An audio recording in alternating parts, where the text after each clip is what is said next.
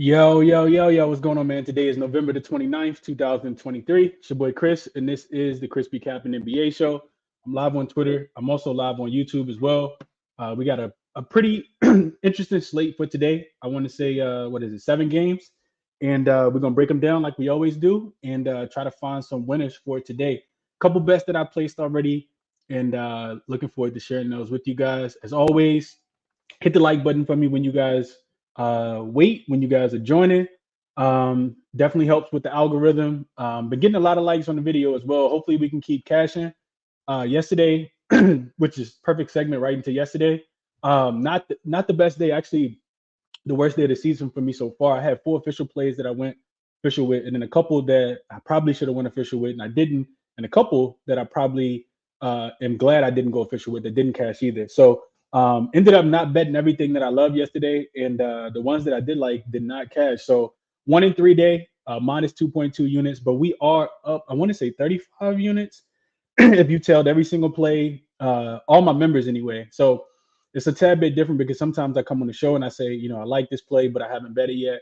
Sometimes I'll get to those plays, sometimes I won't. Sometimes I'll add plays, right when we get the injury news, and sometimes I won't. So official plays, if you play all of them from the YouTube membership section, you should be up about 35 units overall. So definitely looking to bounce back. Hate that I, had a losing day yesterday, but as I tweeted earlier, I loved all the reads that I had yesterday. The Knicks to go over their team total in the first half. The pace was a tad bit slower without LaMelo being there. They couldn't score. They missed 9 straight threes yesterday in the second quarter, and they had like 8 turnovers in the second quarter. So they didn't get to the over on their team total. Boston did crush their team total in the first half over. Probably should have played that in the trifecta spot. And then the Houston Rockets let me down last night. For the people who were watching, they watched Luka, get fouled with 0.5 seconds left on the shot clock. He went to the free throw line and hits both free throws to give us probably the worst non-cover of the season. If you took them at 4.5, if you took the Rockets plus 4.5 when I sent it out yesterday, the defense also just got a little complacent, I think, and just started turning the ball over, giving Dallas a whole bunch of easy scoring opportunities yesterday. So Dallas did go over their team total as well. I was on the under 116.5. So those were the 3 losses. And like I said, Boston was the one that actually got to the win that actually cashed yesterday. So hopefully we can, talk through some games today and figure out what it is that we like.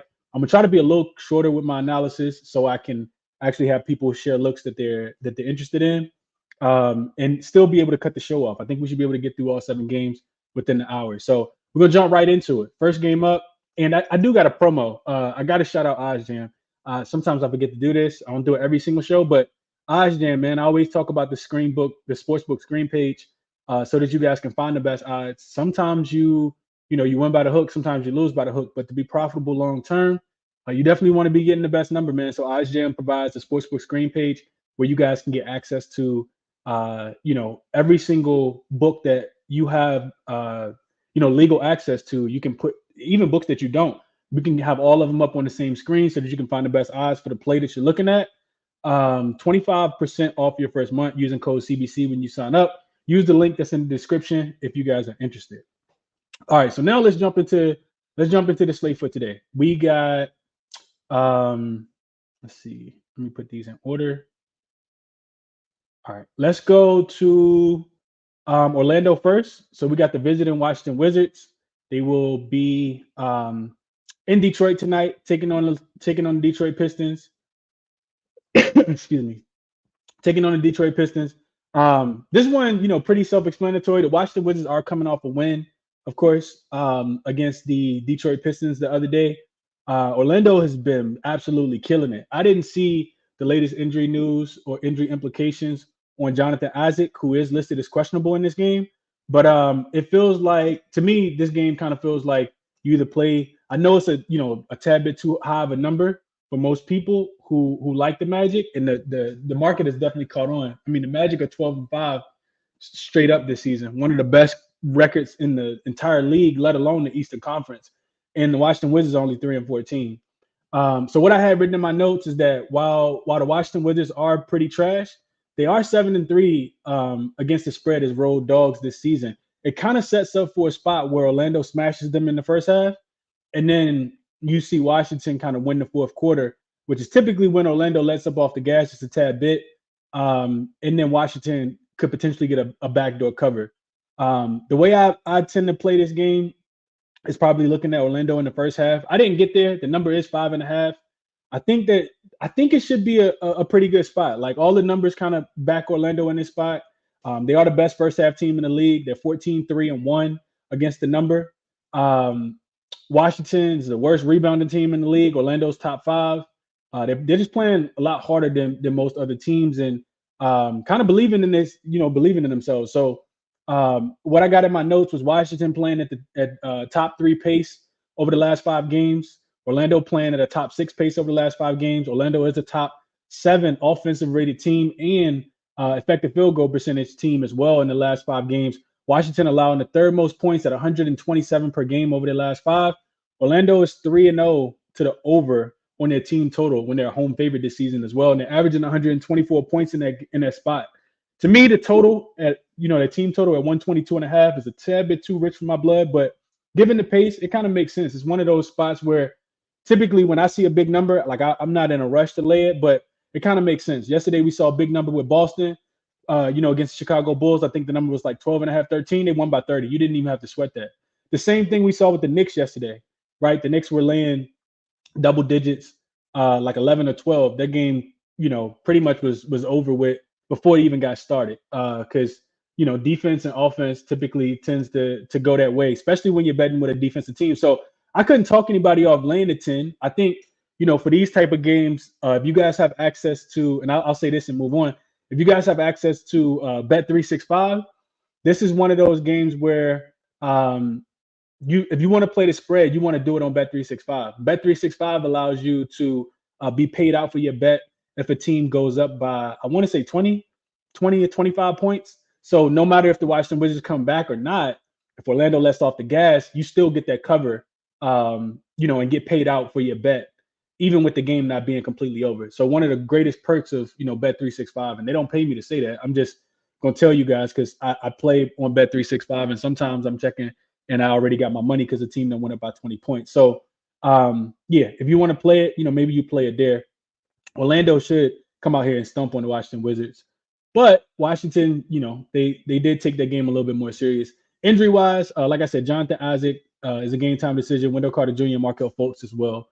So those are my thoughts there. I know Stephen talked about yesterday Jordan Poole over his turnovers. I think the number is 2.5 is juice, like minus 160 on most books. So it's a nice parlay piece. Maybe you just parlay that with the Orlando money line. If you want to do a same game parlay. He has gone over that turnover number, I want to say in like 8 of his last 10 games or something like that. Also looking at, prop potential, looking at Jalen Suggs to get 2 steals. So over 1.5. Plus 145 on DraftKings when I looked at it earlier. I didn't play these. These are just leans. I'm trying to give you guys information. I think he's going to end up drawing Poole, who turns the ball over a lot. Jalen Suggs has 3 games of 2 steals or more in his last 7, and at least 1 steal in each of those games that he didn't get 2. So he's just very active defensively, and I think he's playing with a chip on his shoulder, almost like he wants a contract extension or something. And he's just playing really hard on both ends of the floor. The last prop I'll mention, the 2 more props actually. Kyle Kuzma typically plays really well against Orlando. So if you think Jordan Poole is going to struggle, they're going to have to score the ball in some capacity. The game's going to be up tempo with both these teams being top 10 in pace over the last 5 games. So I think Kuzma, I don't have the numbers right in front of me right now, but Kyle Kuzma over his 23.5 points. The only reason I didn't get there is because we bet on him in the last game at 22.5 and 25. And he did go over, but he is from Michigan, which was one of the reasons why I took that prop. But he typically plays well in this spot, man. So I couldn't talk anybody off looking at Kuzma to go over his points or over his points, rebounds, and assists. I think the number was like 34.5, and that's what he's averaging, like 34.5. So he could get, pretty good usage here in this spot and get the cooking. And that's what I got for you guys in the first game. So I'll check the chat real quick, and then we'll go on to the next game. Let's see what you guys are saying. Bad Meets Evil says, smash that like button. I absolutely appreciate it if you do. Help run the likes up for me, man. It's definitely appreciated as always. Appreciate you shouting that out as well, Bad Meets Evil. What's up to my guy, Joe? Image Blends. What's going on, my brother? Appreciate you being here. Daniel says, happy winning Wednesdays. Yeah, The show is called Winning Wednesdays. Hopefully, we bring home some cash today. Appreciate you being here as well, Daniel.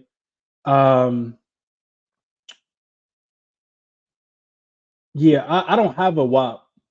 So yeah, I'm not sure what you're trying to join. I don't have a Discord either, Image Bland. So yeah, I don't have a Discord. I just have a YouTube page where I post my plays for $5.99 a month. And shoot me it's in the description, but you can also shoot me a DM and I can send you the direct link if you need it.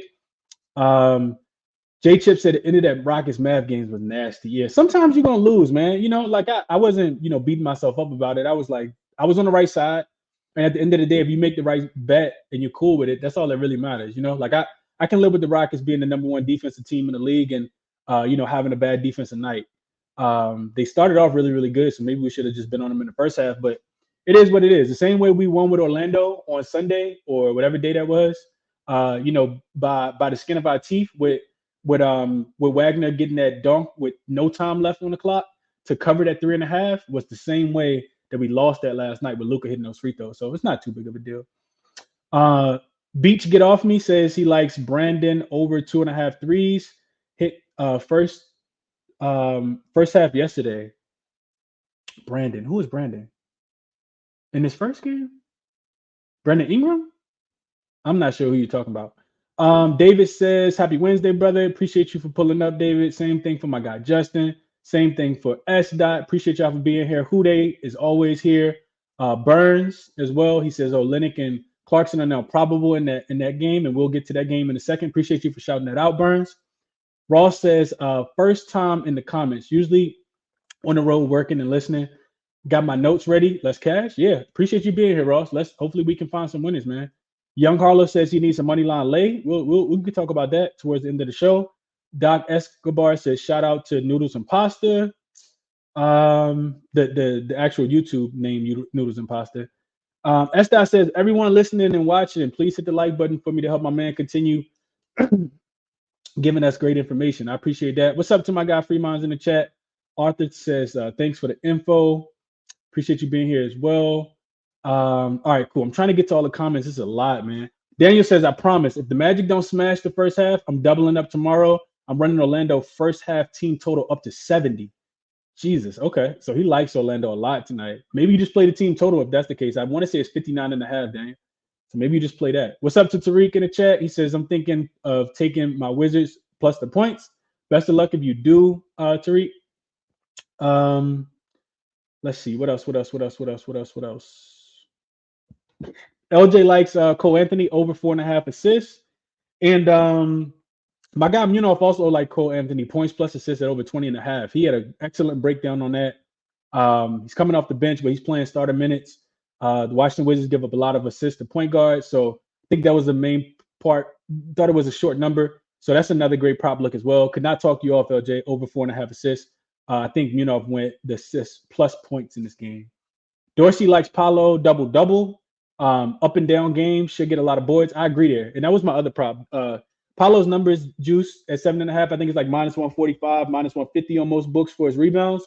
But we know that the Wizards been giving it up. So him and Gogo Batadze has been the guy that's been grabbing all the rebounds. Couldn't talk you off either one of those, but I stayed off of it. We typically been targeting the Washington Wizards front court, giving up rebounds to opposing big men. But I stayed off in this one. Just don't like the juice at all. But the double-double is probably a good look, though, Dorsey. Could not talk you off.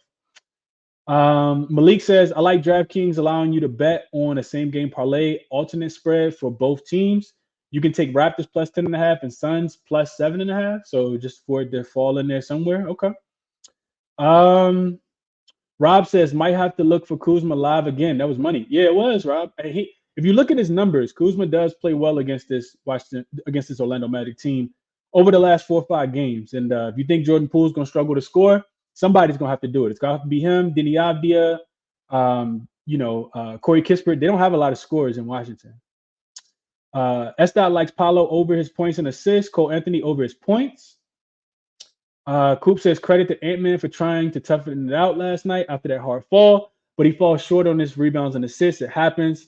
Might be a no-bet light day for me today, Chris. Here for the insight. Drop a like for Chris. Appreciate that, Coop. Yeah, and I saw that, man. Initially I thought Ant had like hyperextended his maybe his wrist because he fell on his wrist, but then when you see him fall all the way to the ground because he was so high in the air, he landed on that hip and wasn't able to come back. But shout out to Timberwolves last night, still being able to get the job done, even though he missed the fourth quarter.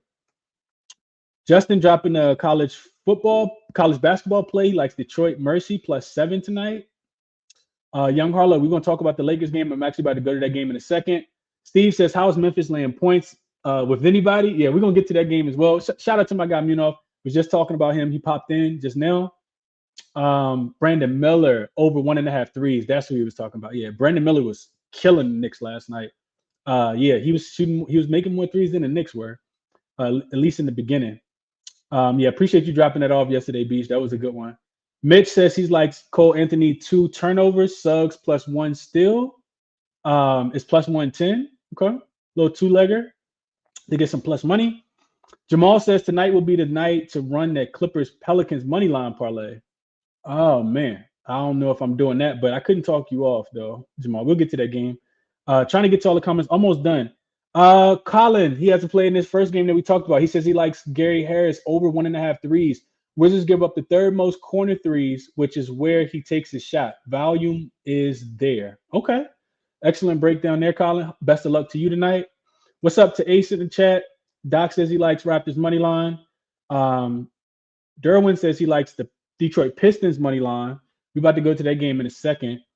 John C says, I don't want to use this word a lot, but Trae Young is banned. Want to be Kobe when you bet his assist, then a Steve Nash CP3 hybrid when you bet his points. Yeah, I'm glad I stayed off of him. I was high on Trae yesterday. I talked about him on the show. I didn't bet him, though. So glad I stayed off yesterday. He did not show up at all.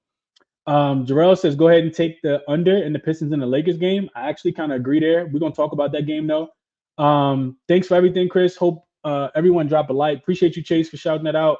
Best of luck. And then Shaner says, last day, 6 of 10K challenge on that Edwards fall, 1 assist away. Man, that's tough. All right, let's keep going. Let's go to the Lakers game. So the Lakers will be in Detroit in this one tonight, looking to get that bad taste out of their mouth. The Lakers, injury-wise, do have Cam Reddish should return for this game. He's listed as probable. LeBron James is still listed as questionable, but LeBron's always questionable. Anthony Davis is also listed as probable to play in this game. In Detroit, it's the same old, same old. And I think Detroit is going to struggle until they get the perimeter shooting that they need because they really just lack shooting. I think they need Bogdanovich. They need Joe Harris. And when they get both of those guys, not immediately, but when they get those guys, I think that they'll be a much better team. This team has lost 14 games in a row. They actually had a players-only meeting after the loss to the Indiana Pacers just to get mollywopped by the Washington Wizards. And we should have – in retrospect, I kind of saw the Wizards winning that game just because I talked about Bilal saying that they would take the Detroit game a lot more serious after losing to Atlanta, but then I still didn't bet it. So toilet bowl game of the year, the Washington Wizards did go in Detroit and win. The Lakers just got mollywopped. This team lost by 44 points to the Philadelphia 76ers in Philly the other day, and they've been doing that thing where they win one, they lose one, win one, they lose one. And I think that probably continues here today. I like the Lakers in this spot. I do got the hoodie on today, and you can say it's a homer because a lot of the numbers are not going to support this. The Lakers are just 3-6 straight up on the road, 4-5 against the spread. But the 44-point loss is the most lopsided loss of LeBron's career. You look at this Detroit team; they're just 1-7 at home, 3-5 against the number.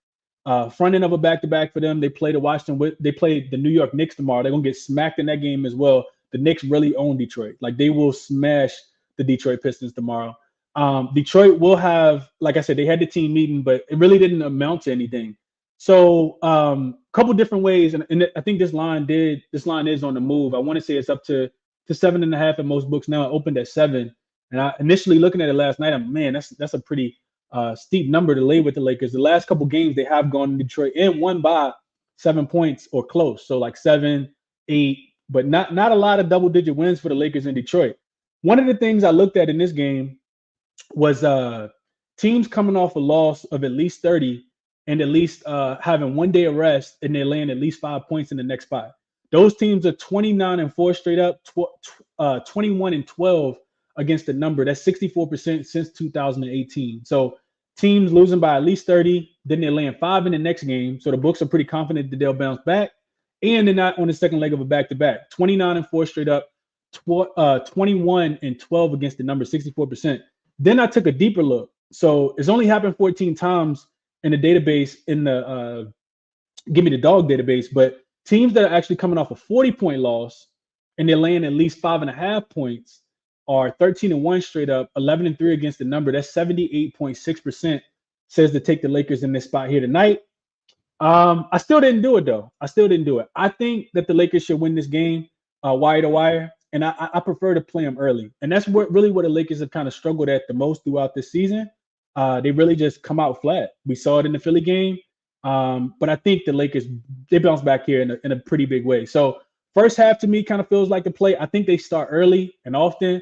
And I think they have at least a 2-possession lead heading into halftime.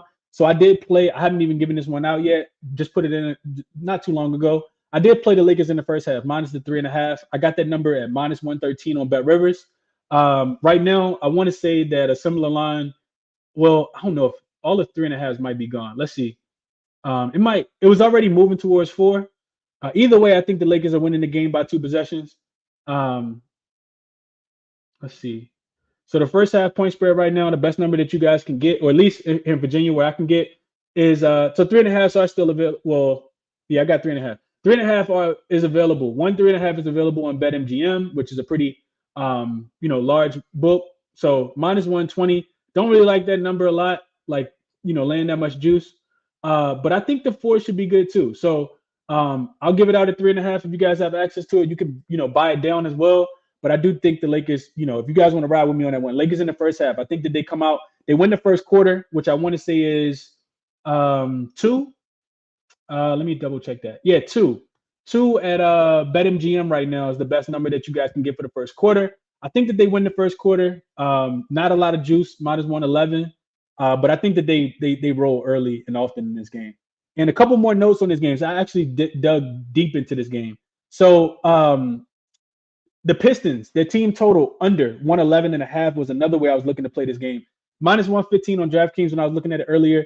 So what I have in my notes for this one, after giving up 130 points to the Philadelphia 76ers and allowing Philly to shoot 50% from the field and 48% from the 3-point line, they face a Detroit team that's bottom 3 in 3-point shooting. So they won't have to necessarily worry about the outside shooting allotted in this game at all. Detroit is the second worst offensive rated team in the last 5 games, while the Lakers still sit atop the top 10 defensively, even though they gave up 100 and almost 300 points in that last game. Detroit is under their team total, which is 112, in 5 of their 7 home games this season when the total is set below 230 points, and they only went over against the Chicago Bulls on opening night and against the Hawks, who play at a top 5 pace and a bottom 10 defensive rating. In 6 of their 8 road games so far this season, the Lakers have actually gone under their team total as well. So to me, it kind of makes sense that they could potentially struggle in this spot. The Lakers also on the front end of a back-to-back as well. And I think they'll focus here a little bit more on defense. Plus, they don't have, the Philadelphia 76ers 3-point shooters out there on the opposite side. So I like the Pistons team total to go under. I like the Lakers in the first half. I like the Lakers in the first quarter. But official for the show, we'll go Lakers first half minus 3.5. We'll go there. Player prop wise, looking at Austin Reeves over his 19.5 points plus assists. This number was plus 100 on FanDuel earlier. I just think it's a really good bounce back spot for him. If you guys had a chance to listen to the Patrick Beverley podcast, he talked about, Austin Reeves doing the too small to him the last time that they played each other. So he was going to hound Austin Reeves yesterday. On Monday. And that's what he did. Austin Reeves really struggled in that game, only shooting 4 for 10. Outside of that game, though, he has covered this number in 4 straight games. If you go back to the 4 games before. So to me, it feels like a pretty conservative number. Also, when you think about the way Detroit gives up points, it's typically to guards. We've cashed tremendously and consistently taking guards against this Detroit team. So I think it's a big night for Austin Reeves, who will be playing off the bench probably again and leading that second unit with D'Angelo Russell being back and Cam Reddish also coming back, who will probably slot back in to the starting rotation. Then on the opposite side, I still think, even though he has been getting in foul trouble lately, we cashed on his rebound prop the other day. I think you still could look at Duren. I didn't play this, but 10.5 was minus 130. Just don't like the odds there. But if this is if it's not broke, don't fix it type thing. Duren has had back-to-back cashes of at least 11 rebounds. 4 of his last 5, he's had at least 11 rebounds as well. And he's doing it even in the games where he gets at least 4 fouls. So could not talk anybody off looking at Jalen Duren. The Lakers are a top 5 rebounding team over the last 5 games, but I think Duren, pretty much gets his numbers against whoever he plays.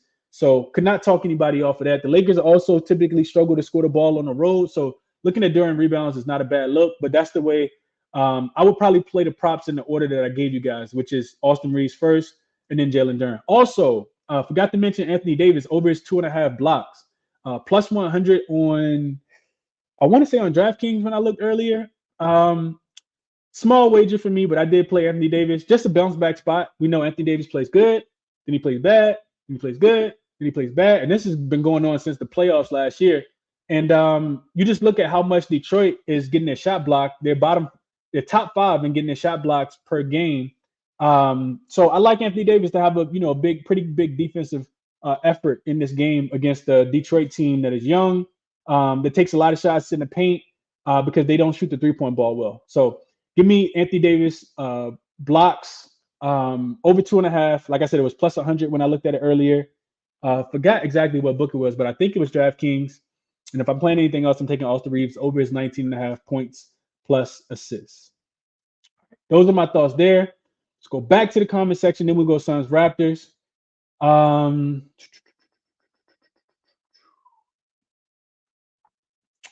What's up to my guy Thug and D? Appreciate you being here. He also says I'm on LeBron triple-double. I think he's chasing that record. Hopefully he plays.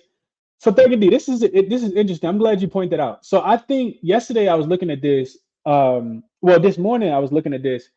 LeBron James played 30 minutes in the last game against the Philadelphia 76ers in that blowout. He didn't record 1 rebound.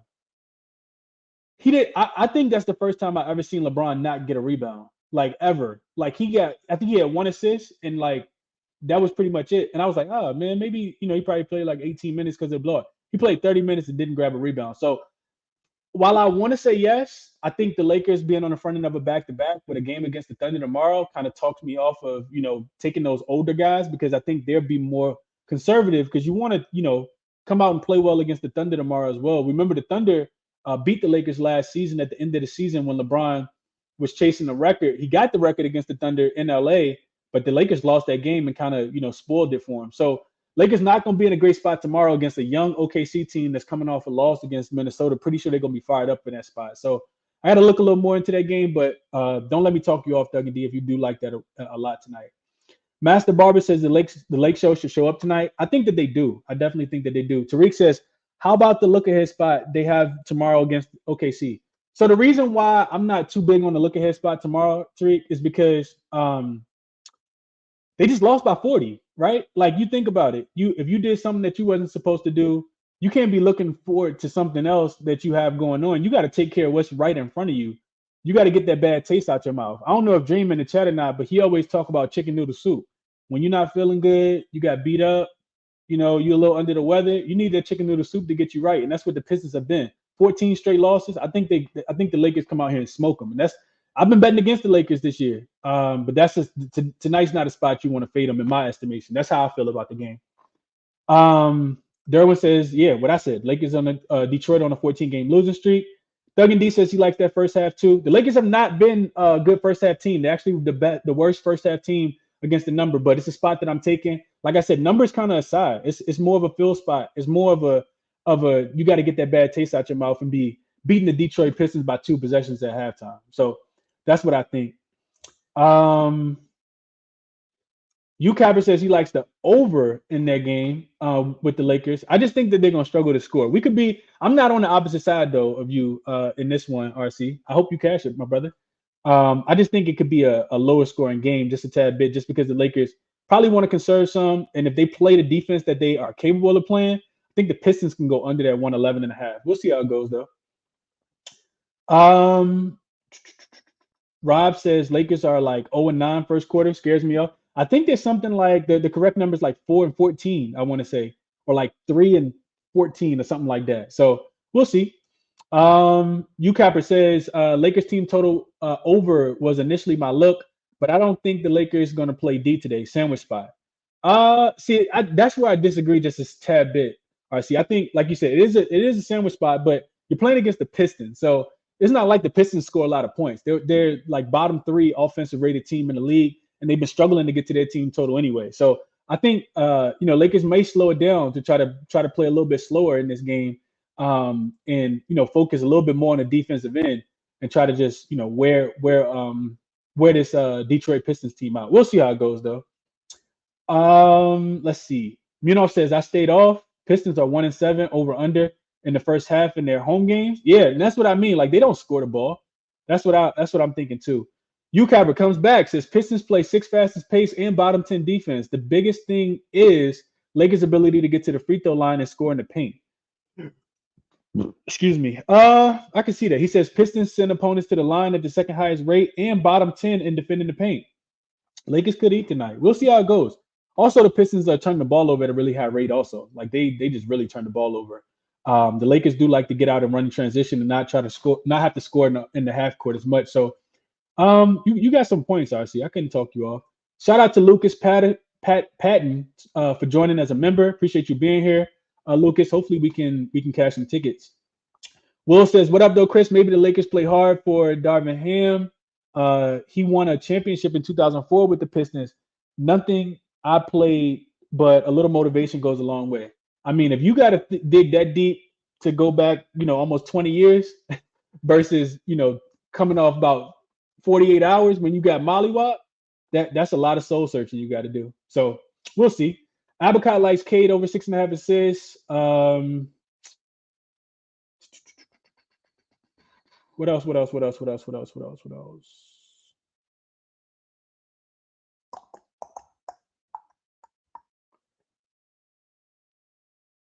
Jamal says LeBron hasn't finished with 0 rebounds since 2010 versus the Celtics. Next game, he only grabbed 7. Okay. Hey, I appreciate you looking that up, Jamal. A says he likes D'Lo over 8.5 points plus rebounds. Paulo over 4.5 assists. CJ McCollum over 14.4. I think he meant 14.5 points.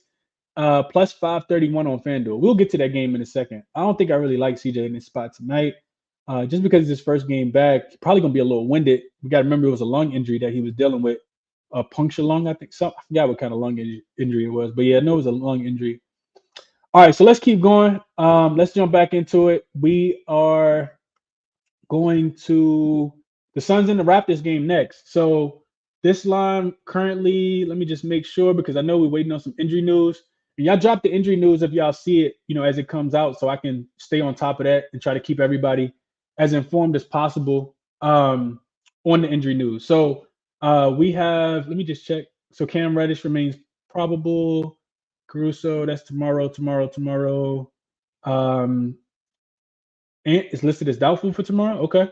All right. So let's go. All right. So Suns and Raptors, what I got on this one. Actually, the first play that I made last night, haven't really given out too many overnight plays, but I did take I took the Suns here when the game first opened. It opened at -1 on DraftKings. So I sent this out to the members last night.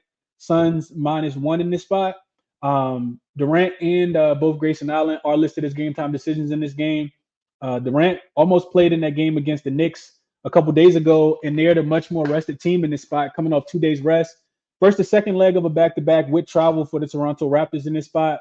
Now, Nasir Little will miss this game. He is not going to be in because of his lady giving birth to their child. So looking at Phoenix, they won 7 in a row and covered 4 They covered 4 in a row. They're 7-2 on the road, 7-2-1 against the spread the last 10, 8-1 in games with D-Book, with the only loss actually coming against the San Antonio Spurs. If you guys remember that, I was on the Phoenix Suns to bounce back in that game, and that was the game Victor Wembanyama took my money there. Looking at this Suns team, they have exceeded their team total in each game besides the Memphis game, where they won by 21. So I don't think they were really needing to get there with D-Book in the lineup. They do have Denver on deck for Friday, and they will be back home. This is I think the third game and last game of a little short 3-game road trip. On the Toronto side, 2 straight losses. This is also a third game in 4 nights with travel. They're 5-4 straight up and against the spread at home. 1-2 straight up this season when they're playing on the second leg of a back-to-back. With both of the losses actually coming against the Philadelphia 76ers and the win coming against the Pacers.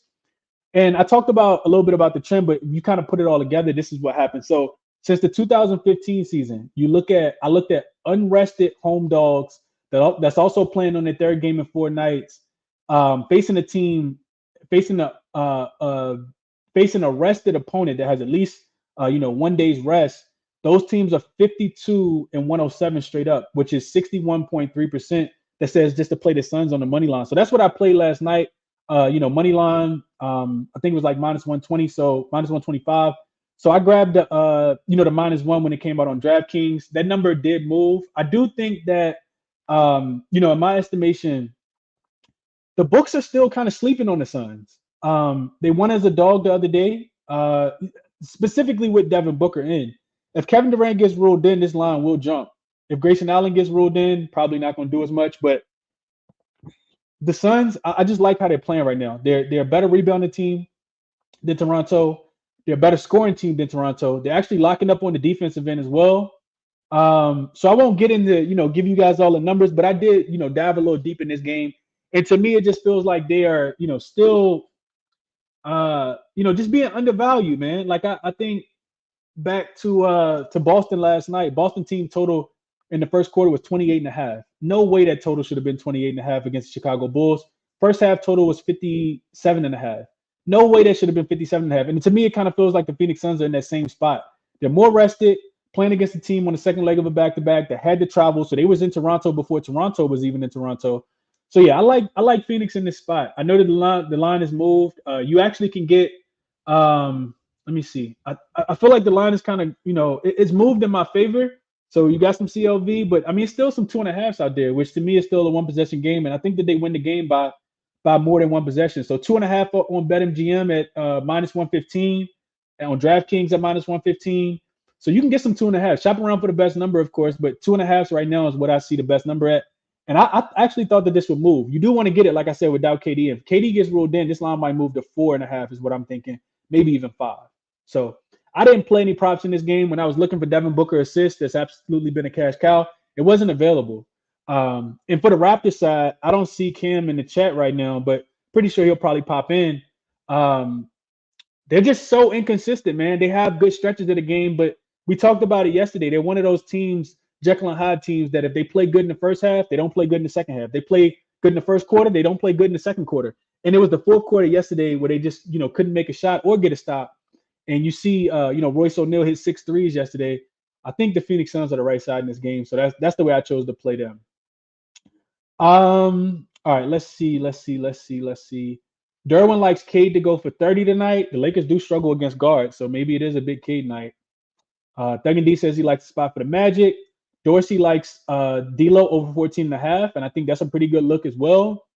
Tariq says he likes I do like your 3.5 look. He's talking about the Lakers in the first half. Yeah, I like it a lot as well. Joan Chim, I think is how you pronounce that. I appreciate you tapping in from Europe, my guy. Always appreciate you being able to tap in, man. And for being a member. You've been a member for a minute now, so I appreciate you for showing up, showing love, and supporting the channel. Hude says D'Lo over 14.5 points and 2.5 rebounds. I have never capped D'Angelo Russell rebounds, so best of luck if you end up playing that. I don't have anything to sway you one way or another. Hude.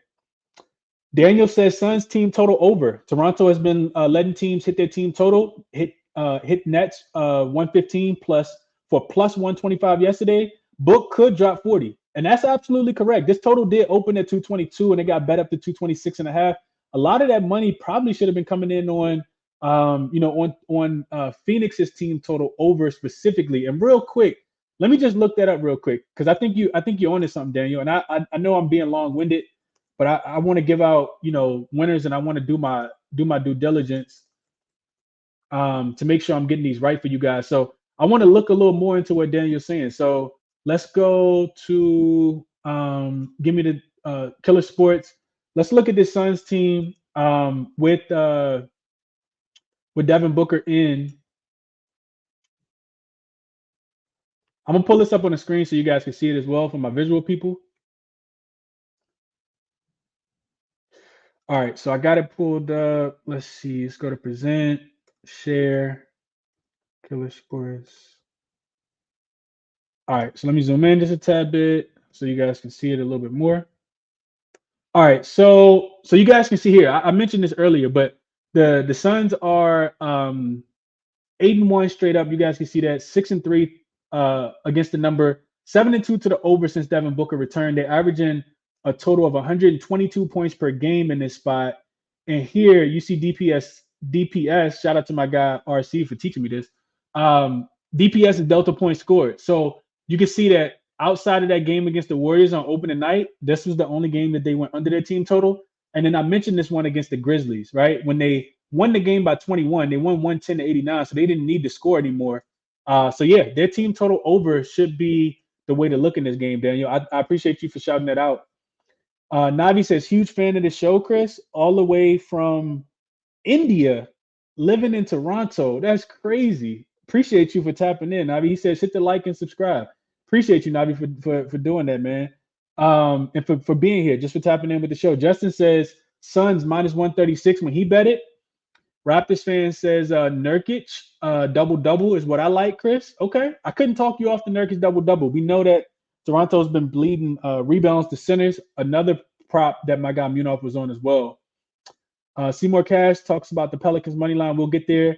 MK says book over 7.5 assists at plus 106. Where are you seeing that at, MK? I haven't checked recently, and I don't want to do it right now just because I'm trying to power through and get through the end of the show. But when I checked this morning, they hadn't had his lines out. And I think it was because Kevin Durant is also listed as questionable in this game, and they probably wanted to see.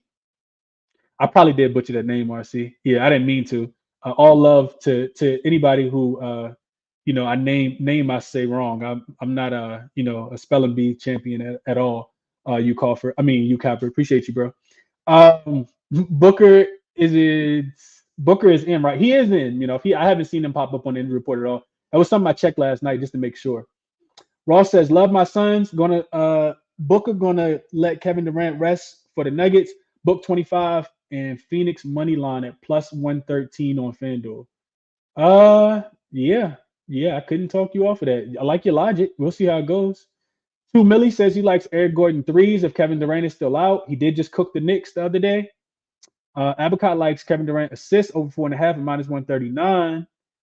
RC, previous tournament equals 1 and rest equals 0, and opponent rest is greater than 0 as a dog. This is something that I need to be invested on. So we're going to actually move on, but when you get gems like this dropped in the chat, you got to look into these. So I'm going to type this in real quick. So what RC is saying is that if you're coming off a tournament game and you're on the second leg of a back-to-back and your opponent is rested, has more than 0 days rest, has at least 1 day of rest, and you're a dog, those teams are 3-10 straight up. So that's 73%. Hold on, 3-10 straight up. That should be 70%. 70% says to take them on the money line in this spot tonight. The last 4 teams have actually lost as well, and that those teams that are on the second leg of a back-to-back off a tournament game are 4-8-1 against the number as well. So that's another 66% says to play the Phoenix Suns tonight as well. So love that. Appreciate you for shouting that out, RC. I definitely got to keep that P tournament equals 1 in my notes. That's something that we'll ride with until next season as well. Solo says, great show as always. Appreciate you, Solo. Let me try to get through these comments. I'm so glad that you mentioned that because I was looking at that game. Yeah. Nurkic over 3.5 assists. Beach get off me like that. Rizzo says Raptors team flight had issues leaving Brooklyn last night. They got into Toronto later than planned from what it's worth. I didn't even catch that, Rizzo. I appreciate you shouting that out. Definitely appreciate you shouting that out. Shout out to my guy Munaf and RC in the chat, man. Love them guys. All right, let me. I'm trying to keep going. Navi says Booker assists are available on FanDuel, so I'm pretty sure they're available in a couple more places as well. Like I said, the numbers just wasn't available when I was looking at it earlier. All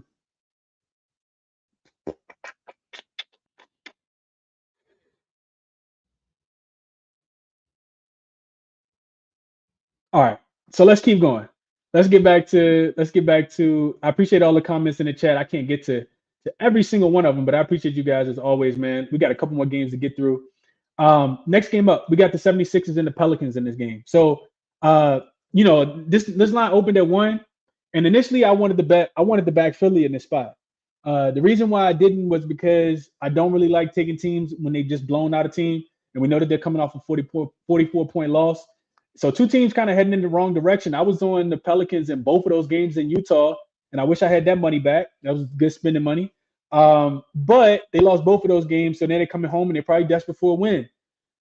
Philly does have Boston on deck, and it was another one of the reasons why I didn't really want to, touch Philly in this spot. Could Philly win? I think so. Are they the better team? I also think that they are right now as well. Philly's offense has been pretty much clicking on all cylinders. But when you think about this game from a matchup perspective, outside Joel Embiid, I kind of like the matchups for the Pelicans.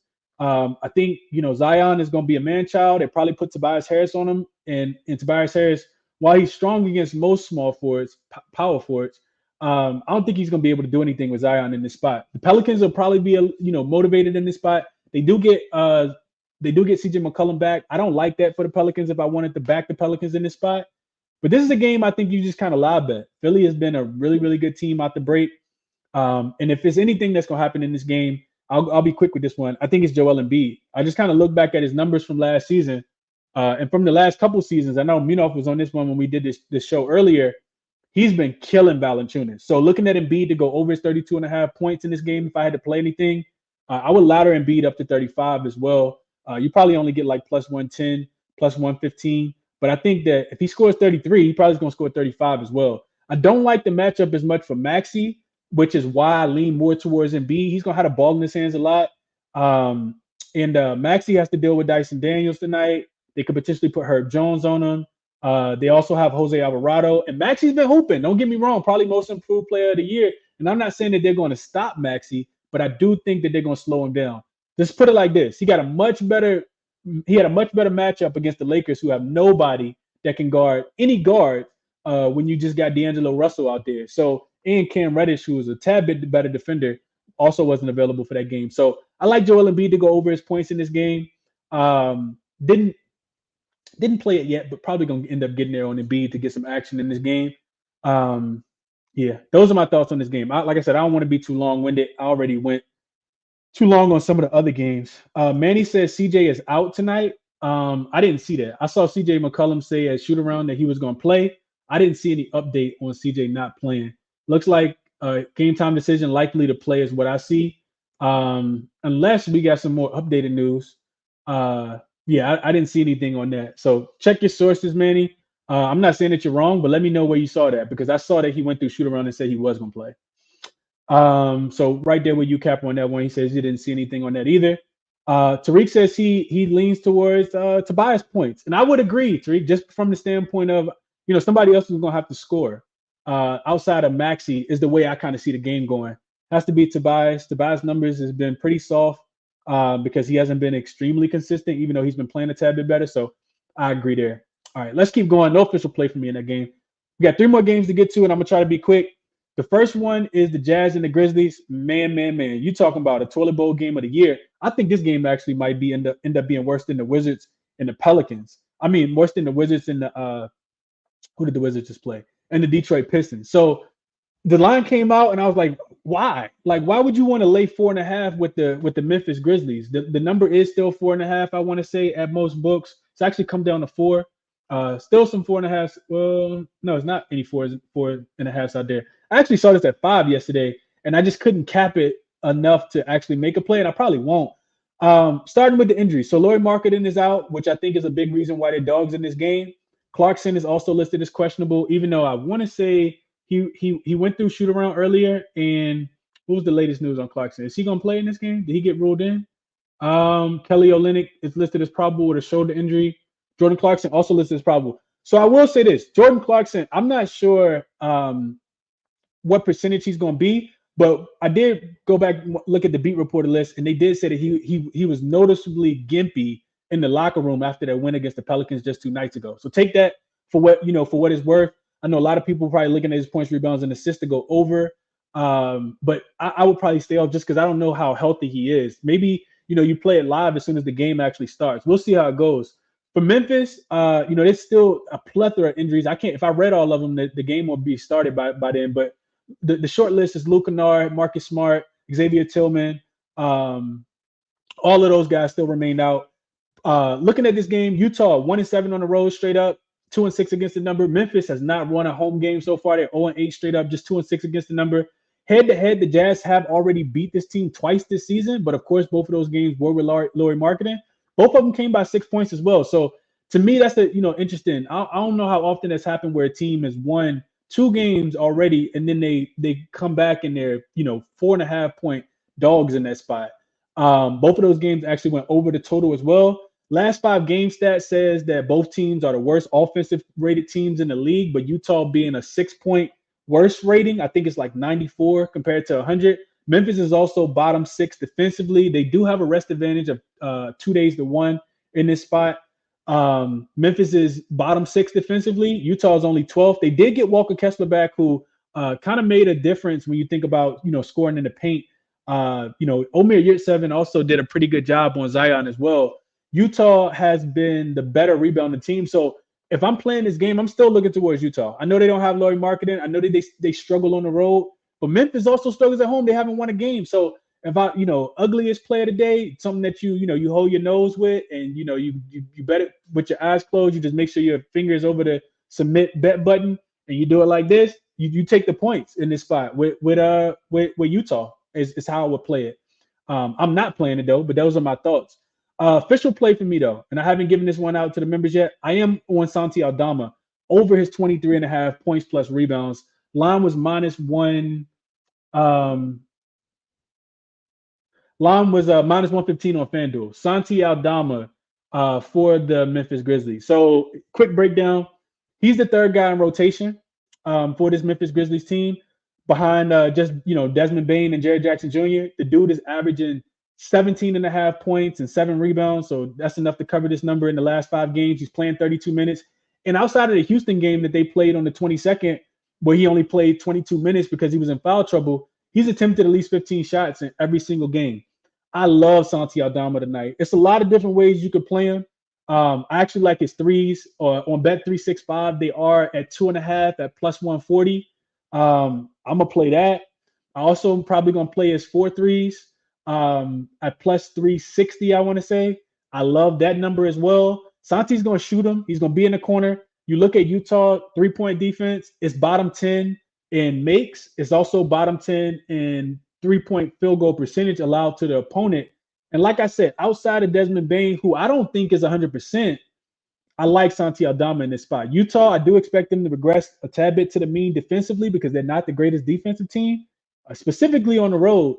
So give me Santi Aldama. I love Santi Aldama in this spot tonight. I think you could ladder his points. I think he's sitting at like 15.5, 14.5. I would play him up to like 25, putting a little sprinkle on 20 and 25.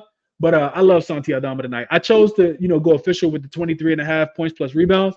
But like I said, I also played his threes as well. I'm going to live and die with Santi Aldama. Not going super crazy, but I like Santi Aldama tonight a lot in this spot. Jared Jackson Jr. could get in foul trouble. He also could get neutralized by Walker Kessler, who has a couple games back underneath his belt. And like I said, Omer Yurtseven is also a pretty good defender as well. So he also could get in foul trouble because that's Jared Jackson Jr. Middle name. Jared Jackson Foul Trouble Jr. So looking at Santi Aldama tonight, I like him a lot. Let's go to the chat real quick, and then we'll keep it moving. Doesn't look like a lot is in on this game. Beach Get Off Me says he likes Desmond Bane over 3.5 threes. Fred says 36% on Utah money line tonight. I don't really look at those numbers, Fred, but I appreciate you sharing that. Tariq says skip the Jazz game. If anything, sprinkle on the 4.5. No bet here. I'm with you there, Tariq. I would absolutely just play it that way, and that's it. Glowboy says you got jokes today. I don't think I made any jokes. Maybe I did. Easy Money says appreciate you as always. Always going back the finals, Celtics versus Warriors. I've been here since 2021 season. Dang, you've been rocking with me for a minute, Easy Money. Appreciate that, man. Coop says he leans Keontae George points at 13.5. Might be his first career 20-point game without Smart. The Grizzlies have been giving it up to point guards. That's an interesting look, Coop. I would like it a little bit more if he was at home, but Keontae George was balling. I mean, he was hitting every big shot against the Pelicans. I was not a happy camper with Keontae George, but I like that he's getting his feet wet, man. I really like the rookie a lot. Could not talk you off looking at Keontae George, especially because in my estimation, I don't think that, Jordan Clarkson is going to be 100% in this game. And without Lauri Markkanen, somebody's gonna have to step up. I mean, it could be, uh, uh, what's his name? I can't think of his name. Colin Sexton. Um, yeah, let's just go with Colin Sexton. It could be a Colin Sexton type game. Somebody gonna do it though. Okay, we got some breaking news. You're not first though, RC, because Munaf was first. He says Katie is ruled in. Um, Rob says he likes Santi Adama points. He probably ended up gonna play him live. RC also says KD's ruled in. Durant is playing, just dropped. KD is in tonight. I kind of felt like he was going to play, so I jumped on the line yesterday. Kevin Durant ruled in. Running grab the Suns money line. Yeah, maybe so. I think it's a good spot.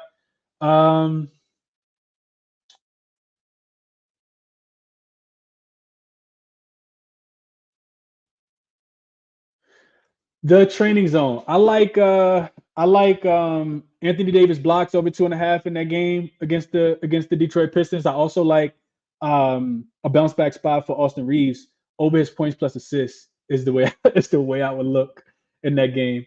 Brandon Brown says Bane over 5.5 assists at -135 on ESPN bet. Says he took the over and the Suns team total over. I mean, that line's probably like really moving all over the place right now. Let's see. Uh, I still see it at 3. Maybe my screen isn't updating. If Kevin Durant just got ruled in, I mean, you guys did give it out pretty quickly. Let's see what the point spread is moving to.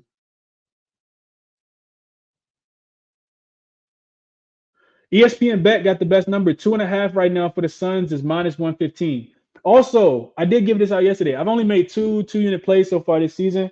The first one was on Orlando Magic when they were in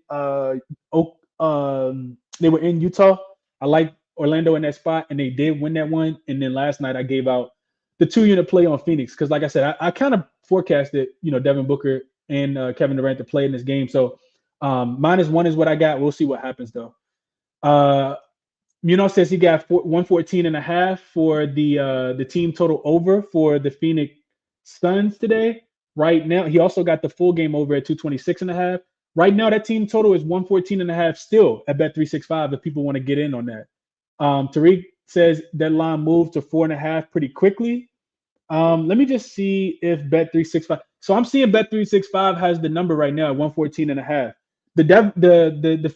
I showed you guys the number, but with Devin Booker in the lineup, hold on 1 second. Give me 1 second.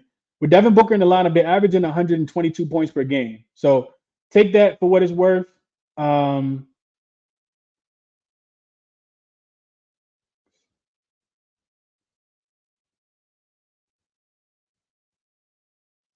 All right, yeah, take that for what it's worth. I want to check the number real quick and just to make sure that's active. Sometimes Bet365 is one of the slower moving books. So I just want to check that team total real quick just to see if it's still active.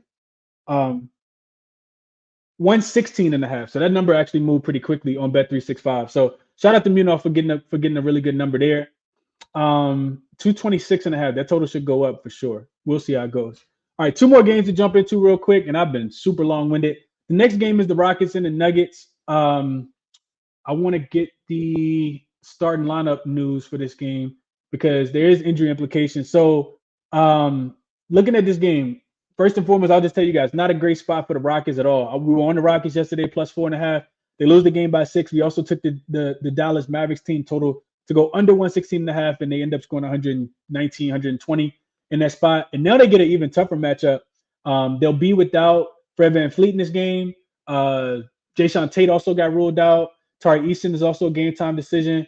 And teams that are traveling, shout out to my guy Munaf. We talked about this one earlier, something that he shared with me, and I dug a little deeper. But teams that are traveling on the second leg of a back-to-back, having to play in altitude, specifically if you played a road game and then your second road game with no rest is in Denver, those teams are only 3-6 against the number over the last season. There's still some questionable guys on the Denver side. Jamal Murray could make his return tonight. Aaron Gordon is also listed as a game time decision, and Jokic as well. This line actually opened at 4.5 last night. It got bet up to 7.5, and now the line's all the way up to 9. 9.5 is I think the last time I saw it. Yeah, 9, 9, yeah, 9, 9's right now. The total has come down. It opened at 217 without Fred VanVleet in there. The number did drop down to 215, so about 2 points there. To me, this feels like just a really good get right spot for Denver. We know that they did go into LA and upset the Clippers the other night on the second leg of a back-to-back without Jokic, without Jamal Murray, without Aaron Gordon. It was the Reggie Jackson and DeAndre Jordan revenge game. And they absolutely demolished, the Clippers in that spot. Coming back home, double revenge because they've already lost twice against this Houston Rockets team. The Houston Rockets should compete in this game. I'm not saying that they won't, but what I am saying is that they run out of gas in the second half. Houston's been one of the best first half teams. So you're going into the hardest place to play and you're on the second leg of a back-to-back. I do think that they run out of gas. So maybe if you're still awake for this one and Houston does somehow cover the first half line, you just jump on them for the full game. Also, if Jokic gets ruled in, Jamal Murray and Aaron Gordon get ruled in, this line will probably jump up to probably 11. I do think that it's already kind of factored in that these guys are going to play. But, adding all three of those guys, I do think that this spread moves about 2 points with all three of those guys being in because it's already kind of factored in. I didn't really evaluate player props because of the spread being so heavy, but I couldn't talk anyone off looking at some unders on the Houston Rockets side just because the spread for this game is 9.5 and the total is only 215. So you're looking at a team total right now specifically for the Houston Rockets at just Houston team total 102.5. So a lot of players are gonna go under. Maybe I'll target an under. I don't have one that I like yet, but unders for the Houston Rockets could be a blowout. A lot of starters not playing a lot of minutes, but we'll see how it goes. That's how I'm kind of looking at that game. Back to the comment section. Then we got one more game to get through real quick. Jobin 95 says 250 people watching, only 90 likes. Lock it in, fellas. Lock it in, man. Appreciate y'all for hitting the like button for your boy, and appreciate you for sharing and reminding people to hit the like button, Jobin. I appreciate that, man. Daniel says I'll take the first half under 105.5. I don't think that that's necessarily a bad look, Daniel. Houston will probably play at a pretty slow pace in the first half, and then I can see Denver really turning it up in the second half. We'll see how it goes though.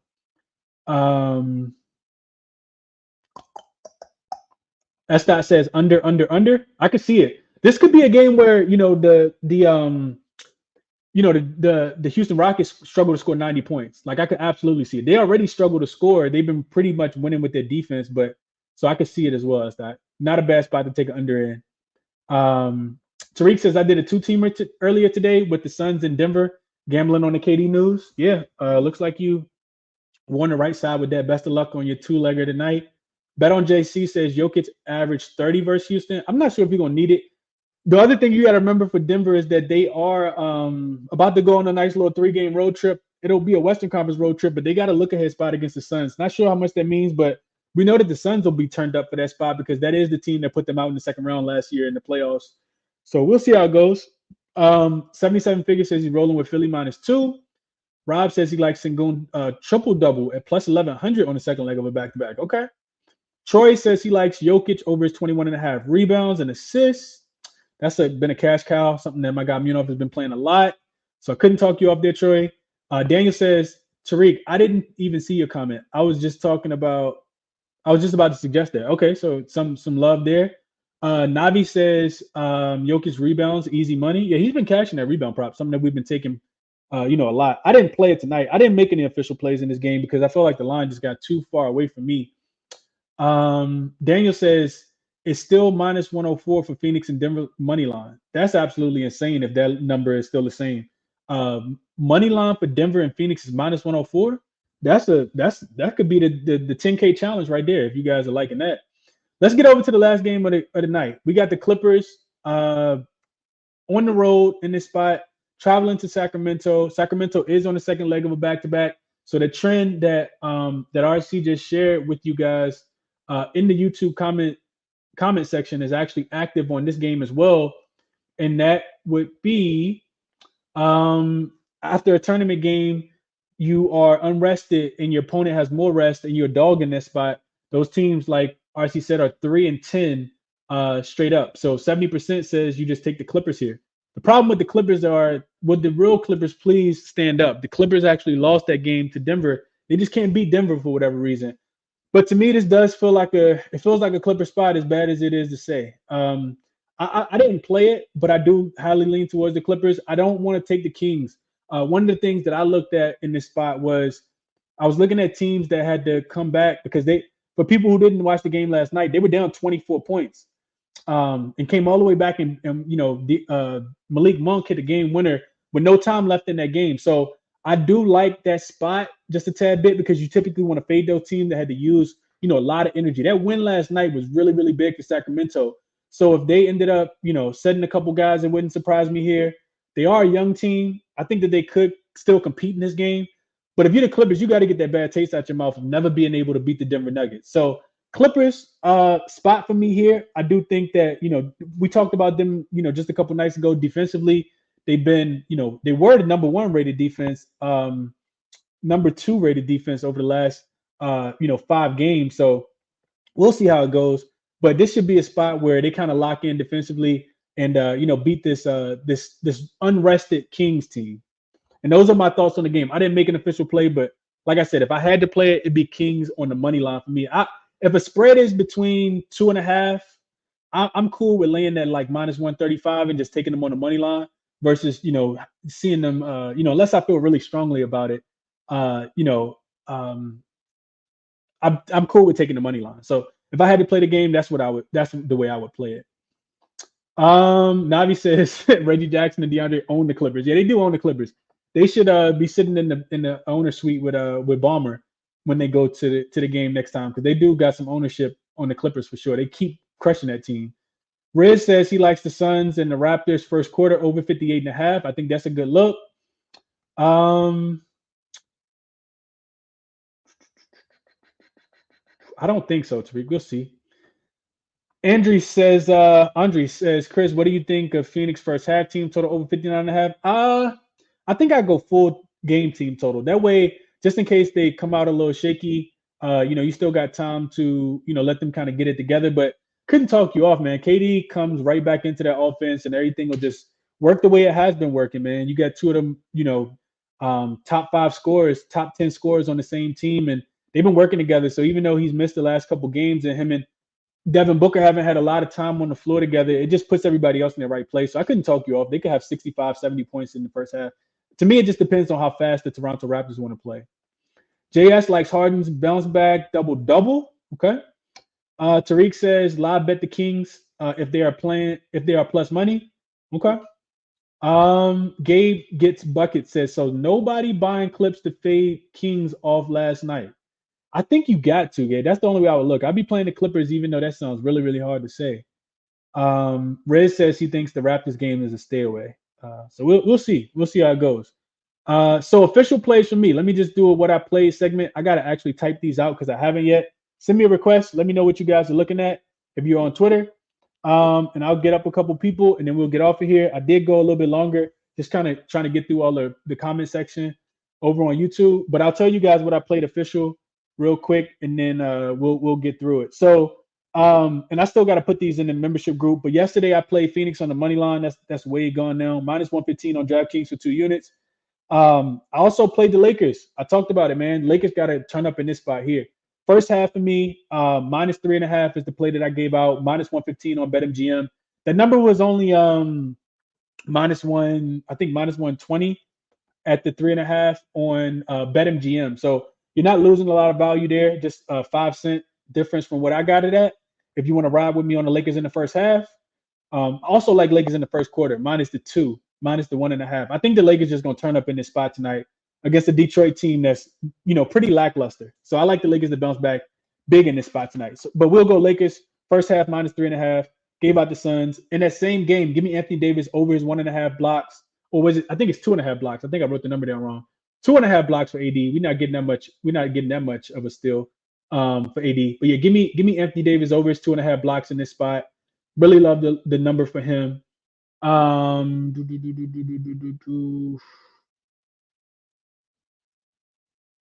course, I don't see it anymore. But yeah, give me Anthony Davis over his blocks.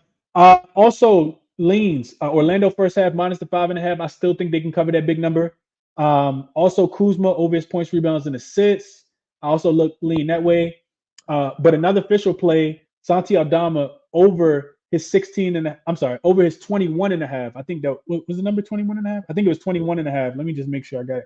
23 and a half. I'm sorry. Santi Aldama over his 23 and a half points plus rebounds tonight. Also play Santi Aldama over his 2.5 threes at plus 140 on Bet365. Put a little sprinkle on his 4+ threes at plus 360 as well. And also lean Embiid over his points prop as well.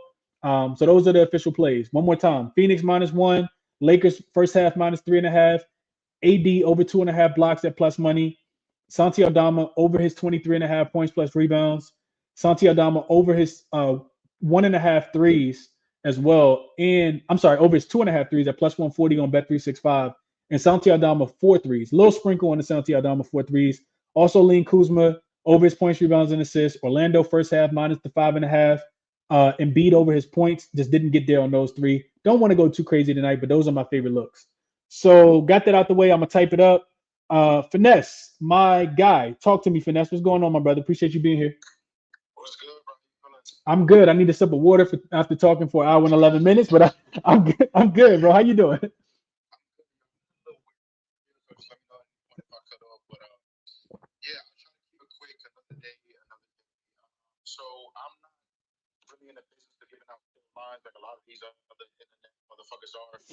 But for what it's worth, I landed both in spots, so a lot of change, injuries, all that stuff. But I'm on Desmond Bain over 22.5 points. Again, it's like 23.5, 24.5 right now. I don't really mind it there. I got like 2.5 units on Bain. I played over 22.5 points. 3+ threes, 4+ threes at plus 170, 5+ threes at plus 370, 25 points and 3 threes at plus 215, and 30 points and 5 threes at plus 600. So obviously, we know about now Jazz, bottom 10 defensive efficiency team. Really had trouble guarding individually and as a unit. Team defense. On paper, not really a great matchup. Jazz, do pretty well versus guards, but that like the defense has just led to number one scorers being able to do their thing. So I had it. Give me 1 second. So BI is both of them did they scoring wise. First game they only had BI. He did his thing. Jeremy Grant put up 30 on his team. AD put up 26 on his team. And it just goes kind of on and on. Number one scorers are able to put up value, be efficient. So I like it tonight. And the other spot that again changed, but I laddered as well. Alfred Sengun over 4.5 assists. It's 5.5, pretty juicy right now. But I played up to 7+ at plus 350. Obviously, Fred makes a huge difference. I think the ball is in his hands even more. I think somebody commented triple double watch.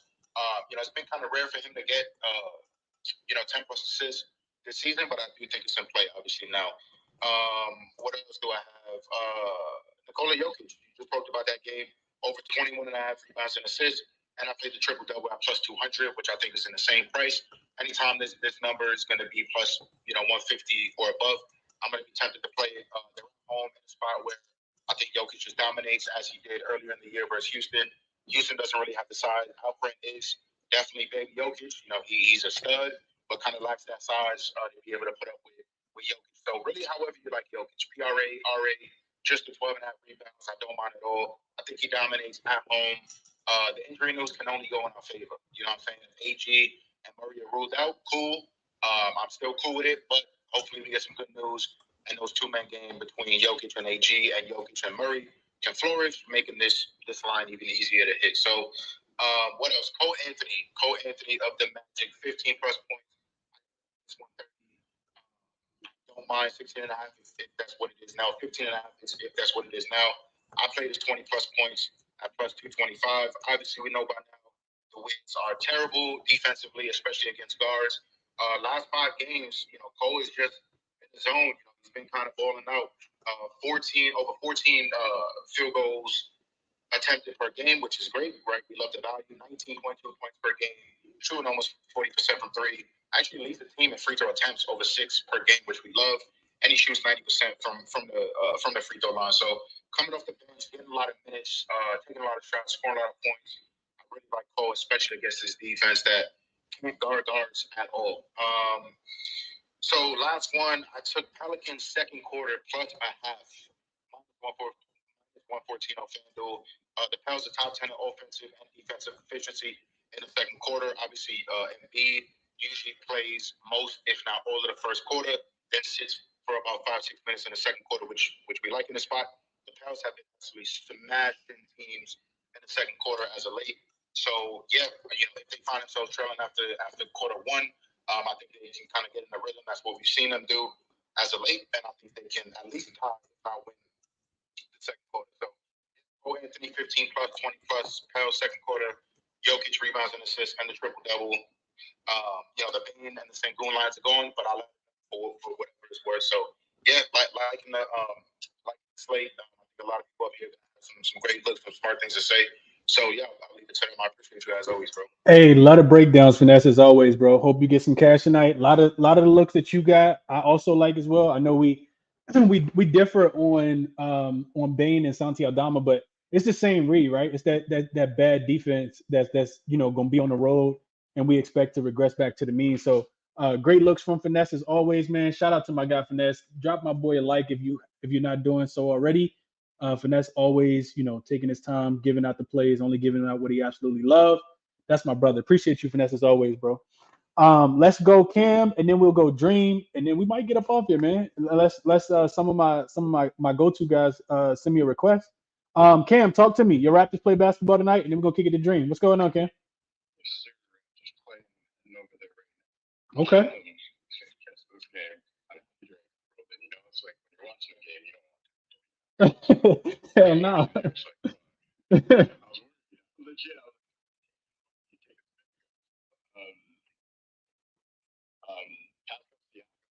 First quarter and 4 games. His first quarter is over 6.5 plus money, and he's been more assertive in the first quarter, getting shots up. He needs to.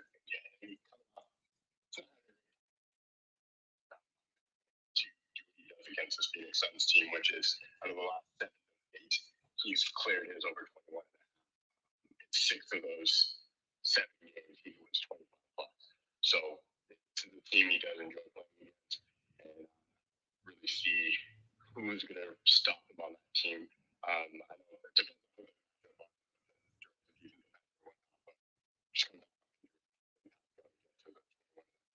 six now the first quarter plus money. Okay. Also taking over 11. The line is just not adjusted at the moment. He's taken about 15 shots in the last 3 games. He's going a lot in the last 3 games. He had a little bit of a slump for a bit, but this is who he is. You kind of got to catch Gary while he's shooting the ball. 15 shots, 11. It's one of those. That's a ball you play. He's going to take those shots. I assume he's going to get to 11. Which is how I feel about it. At -115. Those dudes just catch them always hot. And then my last play is Paulo Carroll. Over 30.5 rebounds and points. The Wizards, unless it's a blowout and they decide to sit him, this number, he almost cleared this number the last time they played with just points. Wizards are, they can't guard any dude with any semblance of size. Paul's going to against them. Again, Paul's game on the last 4 months. He's looking like he's wondering if he's going to take. He's taking, and there's no other team to go up. So I like this for some points tonight.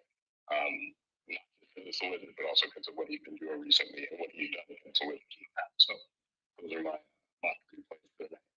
Okay. Hey, real quick while I got you up, Cam, I'm interested to know your thoughts. I got a question for you. So this line opened at 1, which I thought was kind of crazy because I feel like either the books are a little too high on your Raptors or they're a little too low on the Suns, especially with Kevin Durant, potentially, being rolled into this game even yesterday.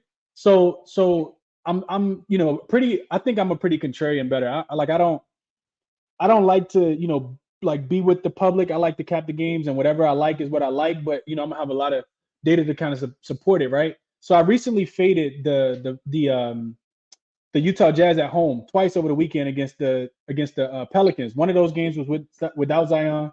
Then of course the next one was with Zion, and I was wrong on both. So I'm not into fading home dogs a lot, but I do like the spot here. So one thing I did after losing those games, I tried to like correct my wrongs, and I went in and looked at the figure out why I lost. The Jazz are really good. I think the best road team as a dog. I'm sorry, the best home team as a dog over the last 2 years. They're a little bit like OKC, where if they're catching points at home, they typically end up covering. So I said that all of that to say that they're like 15-5 as a home dog. For you guys specifically, I just went in and looked just to see, are the Raptors like like do they cover as a dog? So since this season so far, y'all have only been home dogs twice. And well, I'm sorry, hold on, I'm sorry. Uh, 4 times so far this season already. Y'all lost to the Sixers, didn't cover. Y'all won the second leg of a back-to-back. Y'all beat the Bucks outright, 130 to 111. But then y'all also lost to the Bucks in the next one, and y'all also lost to the Celtics.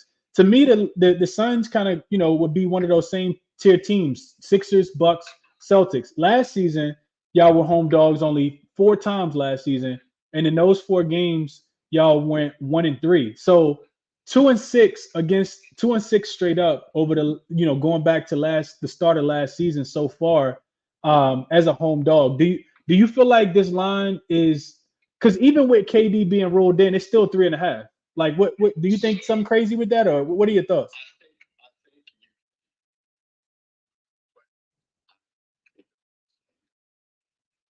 Because if you watch last night, we didn't score anything in the last like 3 minutes. Mm-hmm. Like we were in that game. Check on. It looked like we were going to win that game.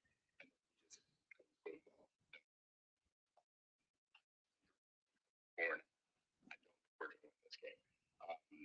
Once Durant was ruled in, I thought it was a foregone conclusion that we were going to lose this game. But this is the thing. I think the Bucks are also looking at the Raptors. Check on.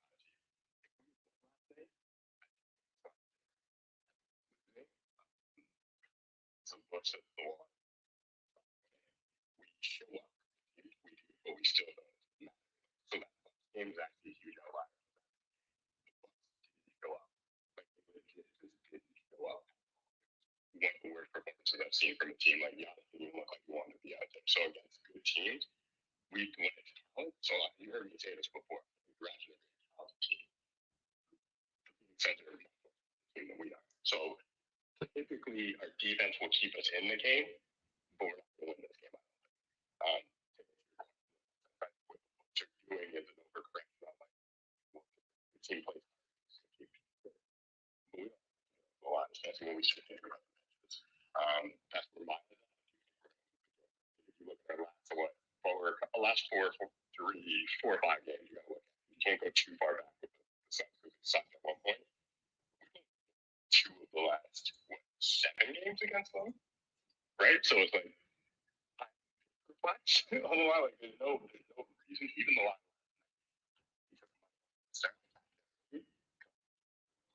Play, we win this game. I'll say that. And you try to play now. You play the +4 plus 4. The Suns taking the points. On the points now. Okay. Yeah. So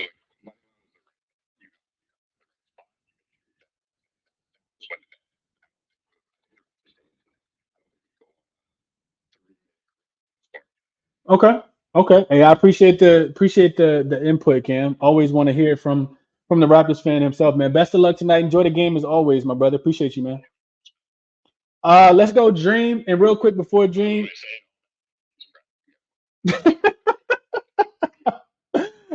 Dream, before I get you up, real quick, we got update. CJ is officially ruled in. LeBron is also ruled in. So them 7.5s then turned into 8s right now for the Lakers in Detroit. And Anthony Davis is also ruled in for this game as well. Those 3.5s probably gone, probably turned all into 4s as well. Dream, talk to me. What's going on, my brother? I'm doing all right, man. How about yourself? Can't complain. It's a great year, but 3 hooks last night on 3 blow money. But we moved. Got 2 best. I'm actually give y'all I'll give y'all 3. So I'm on during assist. I post a lot of my shit on the timeline on my YouTube channel, Blum Like That. And some of this shit moved kind of like Vanessa was saying, so I just want to preface that with that. Yeah, during the last time I checked, his assist was plus 100. I've been talking to y'all about during assists. I don't know, since I've been coming on here this season. Love it. The offense is kind of not predicated around him, but he gets a lot of dribble handoff assists. So I played his 2.5 assists and laddered him to 5. Plus 800 last time I checked. But shop around, not on FanDuel. Is rocking 5 and shop around other books, but he's not even listed on FanDuel. They never list during assists. So that's 1. Next, block play. My next 2 lays, it's great to hear me and you aligned here. So, block play in the Laker game. King, Ushar Thompson, 2 blocks. King, Jalen Duren, 2 blocks. And AD, 3 blocks. So, Ushar, if you ain't familiar, is one of the best defensive players in the league already as a rookie. And he's got 2 blocks in 8 of 17 games this year. His toughest matchup this year was probably KD, and he had 4 blocks and 4 steals that game. Now, KD also gave him 41 points, but he had 4 blocks and 4 steals that game. So I think he embraces the challenge. As far as Duren, his 2 blocks, he was cashing his 2 blocks early in the season at like plus 280. It's not quite that, but he's got a 40% hit rate of 2 blocks so far. Had 5 last game. I think he's fully recovered from that ankle. So I like his 2 blocks. And AD leads the league in blocks. So I'm not about to sit up here and talk to you about 80 blocks. And it sounded like you gave that out as a straight bet. Yeah. So, yeah. AD 3 blocks. And my 2 young guys who done cashed the shit out of us this year, Usar and Duren, 2 blocks. And that is a plus 1100 on DraftKings. Shop around. And last but not least, threes lay. I feel bad. I got terrible value. It's gone up like plus 300 since I got it. Maybe it's bad. Maybe it's not. Who fucking knows? I like it though. Santi Aldama, 3 threes. Simone Fontecchio, I don't know. But No, that's right. Fontecchio. Yeah, he the man out there. Okay. Yeah, Simone Fontecchio, 3 threes, Utah Jazz. And Keontae George, 3 threes, Utah Jazz. All the same game. All them boys there had 3 threes. It's right now plus 900 on FanDuel, like plus 877. I got it at plus 600 about 5 hours ago. So do that information as you please. But just a quick breakdown of this. Keontae, as far as all of these are positive matchups. I follow my boy Ryan. A lot of us do. I was looking at the sheets, and these are positive matchups, like top 5 fucking matchups for these guys in their position. But aside from that, Keontae George, let me see real quick. In his last, 3, 4, and 3 threes his last 3 games. And then he had 2 games where he went 1 and 0. But then before that, he had 3 and 2. So he's got he's been shooting the ball pretty well, especially his last 3.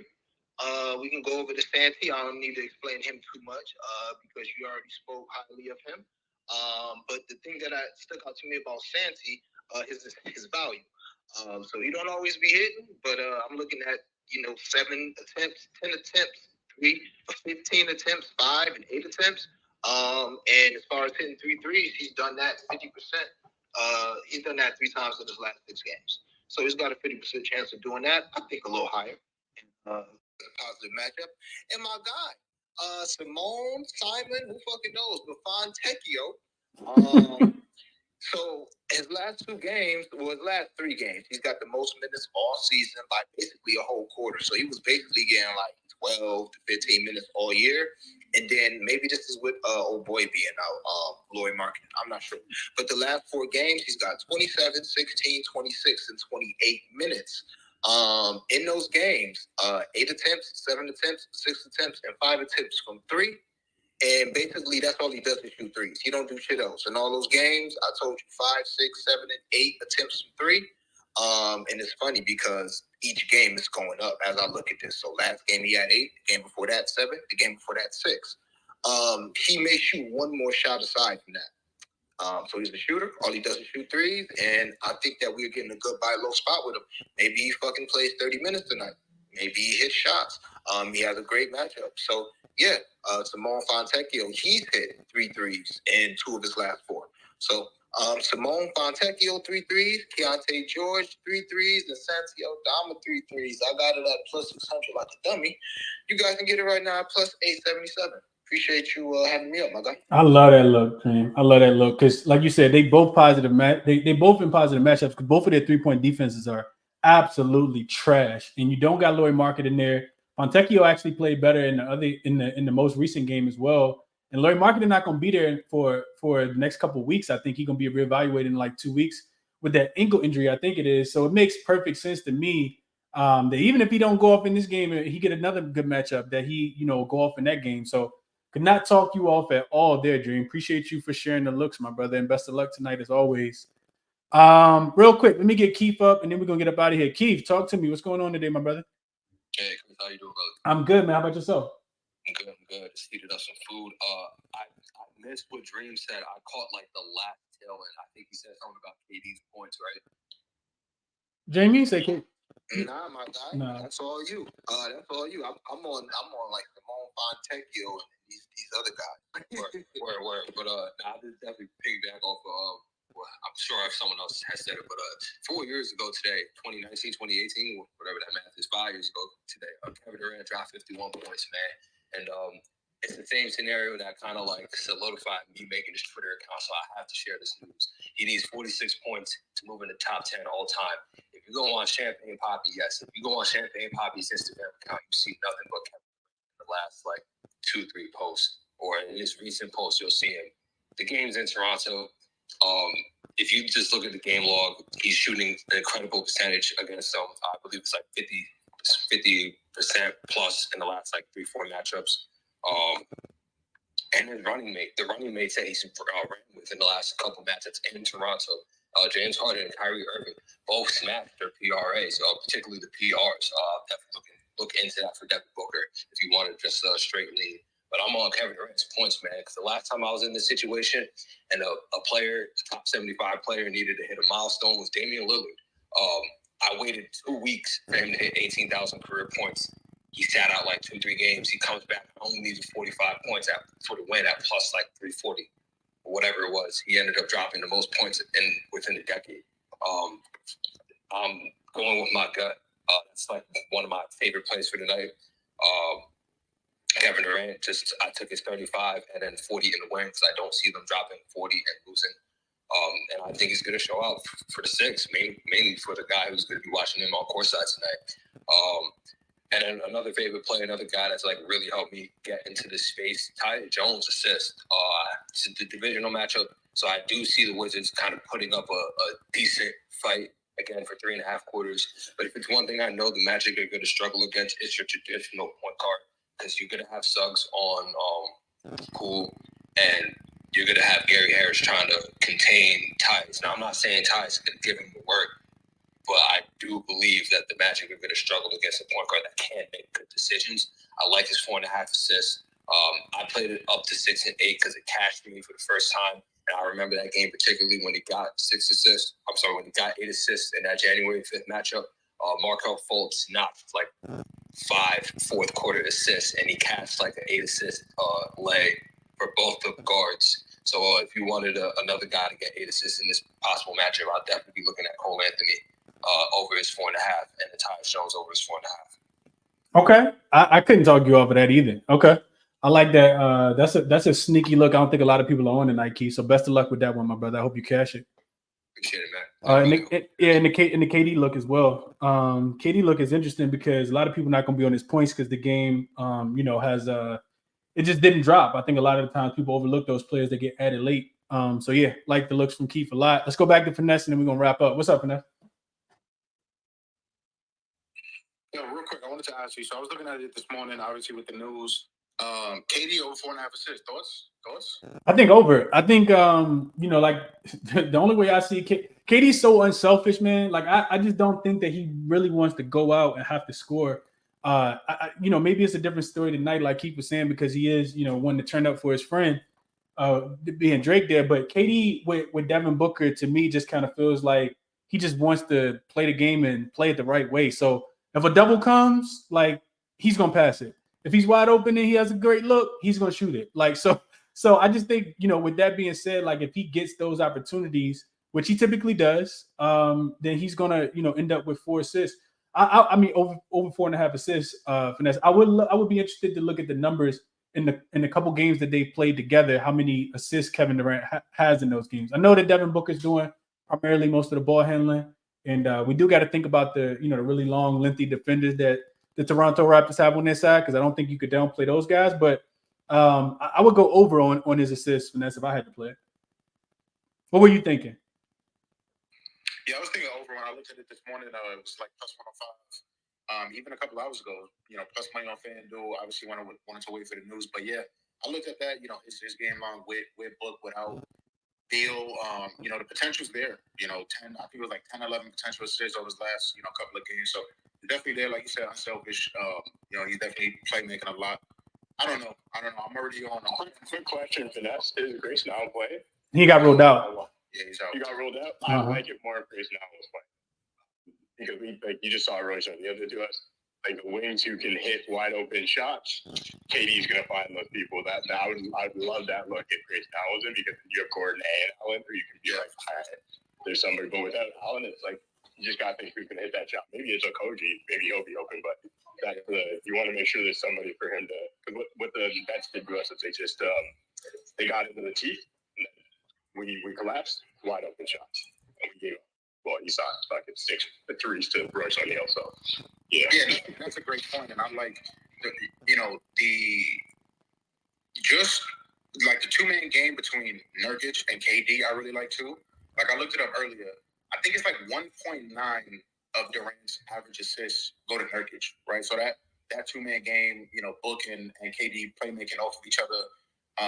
I think there's plenty of opportunity, but he could also, end on 3 or 4 assists, and drop 30 points. So I was kind of back and forth. I really wanted to plus money. Right now I'm seeing like minus 115s and shit like that. So it's an interesting spot. I'm on Nurk points, and I think that kind of is like correlated with KD assists a little bit. But yeah, it's a tough spot. I don't know. I'm 50-50 on it.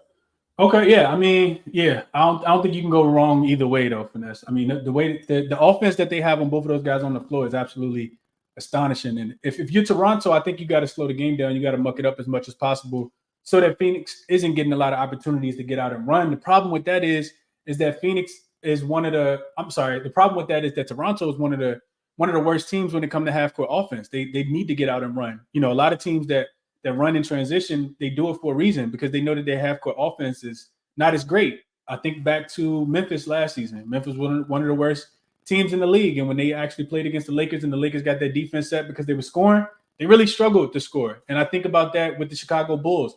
The Chicago Bulls are a totally different story, though, because they don't run and then also still can't score in transition either.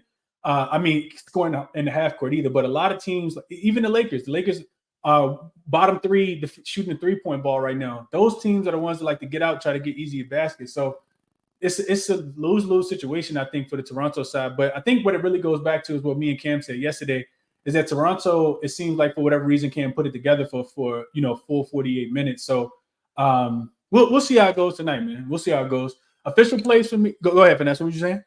Yeah, no, just one more thing.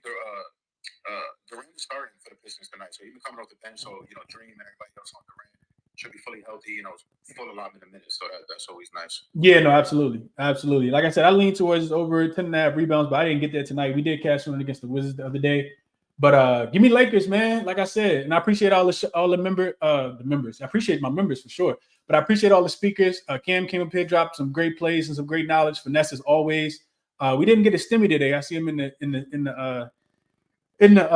the crowd, but I appreciate Stem for coming in, dropping the plays as always. Just didn't today. Shout out to my guy Dream as well. All the other people that didn't have any plays, that didn't share anything, but just contributing to the show. People that hit the like button for me, that just send encouraging words, whatever the case might be. We up 30 plus units so far in the season, and hopefully we can kind of keep it going tonight. What I played is at the bottom over on YouTube, and I'll read it off one more time for the people on Twitter. Oh, hold on, we might have a stimmy. I was about to get out of here, and I will go ahead and drop my plays real quick, and because I got to post these real quick as well for my members. But I did play, like I said, I played Phoenix yesterday -1, so that line's gone. But Lakers first half minus the 3.5. I think it's a smash spot for the Lakers. I like them in the first quarter as well. Not gonna go official with that, but I like the Lakers a lot tonight. The number also moved. So first half minus 3.5, AD over 2.5 blocks, Santi Aldama over his 2.5 threes, and Santi Aldama over his 23.5 points plus rebounds are official plays from me today. Like I said, I had the leans as well, just didn't get to the window with any of those, and those would be Kuzma over his points, rebounds, and assists. Orlando first half minus the 5.5. Number just a tad bit too high for me, even though they've been dominating first halves. Also like Embiid to go over his points tonight as well, and those would be the top looks for me. Stem, what's going on, my brother? Talk to me. The floor is yours. What's up, Chris? How are you? I'm good, man. How about yourself? I'm doing well. I heard a lot of people were on Sengun already, so obviously it's nothing new there. But obviously that's a spot I'm on tonight. Baby Jokic, he's going to get up for this matchup. Mm-hmm. He's got 8, 7, 5, and 8 in his last 4 against Jokic, and tonight we get no Fred VanVleet. So I'm assuming the offense is going to run through Sengun a little bit more tonight. Excited to watch these two go head to head. But parlay I'm running is Sengun and Embiid both for 8 assists, and then Sengun and Embiid both for 10 assists, laddering it there. Joel is taking over our offense in a way that I didn't anticipate he ever would. Nick Nurse is really doing a great thing with him. We hit him a triple-double last game. Mm-hmm. He had 20 potential assists. Clearly this offense runs through him. He does have his way against this team, but I'm still expecting him to work from the top of the key and continue to facilitate. So that's a play I'm running for tonight. Best luck to everybody, but just wanted to come in and drop that. Yeah, no, I appreciate that, Stem. And I also found it interesting that even before Nick Nurse got there, because I think everybody's in agreement that Nick Nurse with this offense is way better. He's doing way better things than what what's the coach name? Doc Rivers did last season, right? Just the way he's utilizing Joel Embiid in different spots on the floor. Not really putting them on the block too much, but he can operate out the high post, free throw line extended. He can shoot the jump shot. He can kick it. He can drive it, whatever he wants to do. So I found it interesting to them. I was actually looking at Joel Embiid last night. He actually had a couple like 6 and 7 assist games against Valanciunas in his last couple games when he wasn't even getting that many assists on an average basis. So I like that a lot. Looking at Joel Embiid assists and looking at Sengun assists as well. I think that could be, if they can find players to make some shots tonight, I do think that offense is going to run through them. So it's a hell of a parlay, Stem. Joel Embiid, you said 8 assists, and then Sengun 8 assists as well? Correct. And then 10 and 10 as well. I'm also on Sengun's base alone at 5.5, and I did sprinkle his triple-double just in case Embiid sells the 10. I wouldn't want to miss out on that triple-double tonight on Sengun. Yeah, no, I like it. FanDuel, Sengun and Joel Embiid both to record 10 assists is at plus 10-10. So 10-1 right there. $10 better gets you back what, $110, and I can only imagine what the 10 and 10 is. So that's just the 8 and 8, and it just went up to 11:30. So yeah, best of luck to everybody tonight, man. I appreciate you jumping in, Stem, and dropping that last gem for us. Shout out to everybody who listened all the way through. We've been on here for an hour and 42 minutes, hour and 43 minutes, man. So yeah, we're gonna end it right here. Best of luck to everybody tonight. I gotta go take a shower, get ready to watch these games, and start looking at the games for tomorrow. But shout out to everybody for tuning in throughout the whole time, man. Best of luck tonight on your action. Until we meet again tomorrow, I'm out.